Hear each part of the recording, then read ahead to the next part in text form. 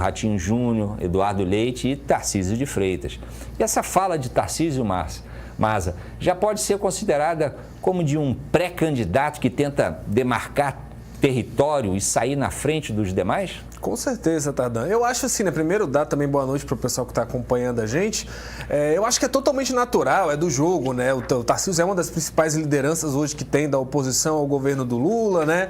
Tá se colocando como pré-candidato ali. Só que eu coloco alguns poréns com relação a essa fala dele, né, Tardan? Em primeiro lugar, é uma fala muito de teor de candidato, né? De protagonista no embate. Faz muita pouca menção ali ao Bolsonaro nas propostas que ele está tendo. E a gente sabe que quando isso aconteceu no passado, não pegou muito bem para o Tarcísio na base. A gente não tem aí um mês, né? Eu estava de férias, mas eu acompanhei. Quando o Tarcísio participa desses eventos falando dessa forma, né? Teve aí no mês passado, ele fez isso, né? Deu ali umas declarações, foi alvo de críticas ali, de um puxado, né? Um chamado, tanto do próprio Jair Bolsonaro, quanto do filho dele lá, o Eduardo Bolsonaro, que hoje está liderando um pouco esse processo aí de construção da chapa da direita para 2026. Então não sei se gostaram muito dessa nova fala aí, com esse tom de protagonismo e de quase pré-candidato à presidência que o Tarcísio faz. Segundo, né, que ele coloca ali, ele reclama de taxas, impostos, né?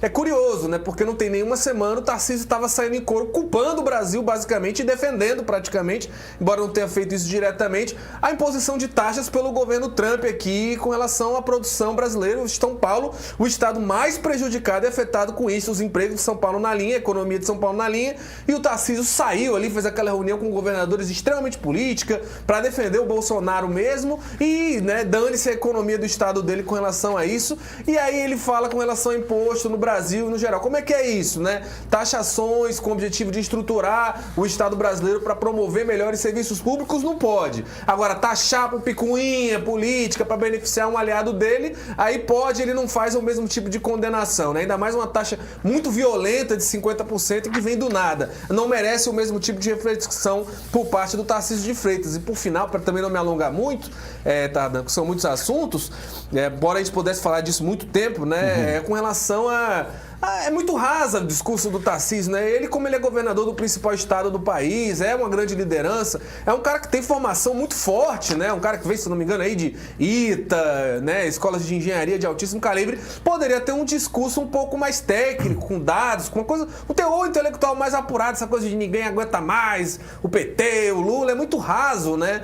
E aí ele fala ali, por exemplo, ele critica ali, a gente está preso nessa discussão há 20 anos, e aí logo depois ele apresenta um receituário como resposta que é ainda mais velho, Tardan. Ele vai falar lá de imposto, de gasto público, né? É aquela coisa que a gente ouvia falar lá no governo do Collor, né? Lá no governo do FHC. É um receituário que não tem 20 anos, como ele coloca, tem 30, tem 40, né? Ele fala de 40 para falar do Lula, mas o receituário que ele apresenta que é até mais velho do que o Lula, para ele não tem problema. E assim, tem uma certa cara de pau. Você não mostrou aí, Tardan, mas tem um trecho, porque é uma fala longa, né? Tinha que escolher um trecho, sim, mas que ele destaca a questão da privatização como uma resposta.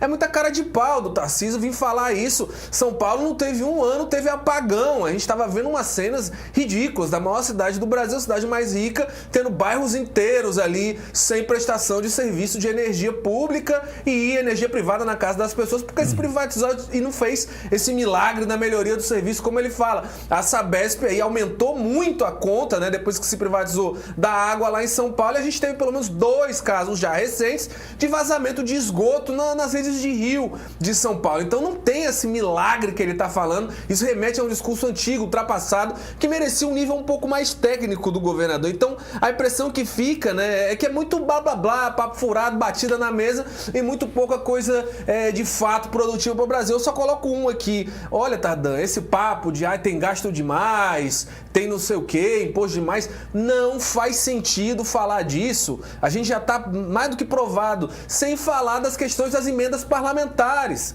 dessa questão que a gente está vendo do orçamento está hoje totalmente, né, inchado ali com relação a emendas que são colocadas que não tem transparência e cada vez aumenta-se mais a participação com relação a isso. Então, para mim, qualquer pré-candidato, seja Lula, seja Tarcísio, que vier com esse papo de corte de gastos, mas não colocar nesse dedo aí, está sendo hipócrita, ou está sendo no mínimo ali pouco sincero com relação à opinião pública. Ele fala tanto nessa questão de corte de gastos. Ele vai ter coragem de mexer com essa bomba aí? Me parece que é o contrário, né? O bolsonarismo hoje está apoiando líderes do Centrão que reagem contra iniciativas do STF de dar mais controle, transparência e limitação a essa farra que são as emendas parlamentares. Então, em resumo, é isso. Uma fala com muita batida na mesa, muita, né, impostação de voz do Tarcísio, mas muito pouca coisa de substância, né, Tardan? Vamos ver se daqui até a eleição, ali, se ele for ungido mesmo como candidato do bolsonarismo, o Tarcísio eleva um pouco o debate, porque o Brasil está precisando.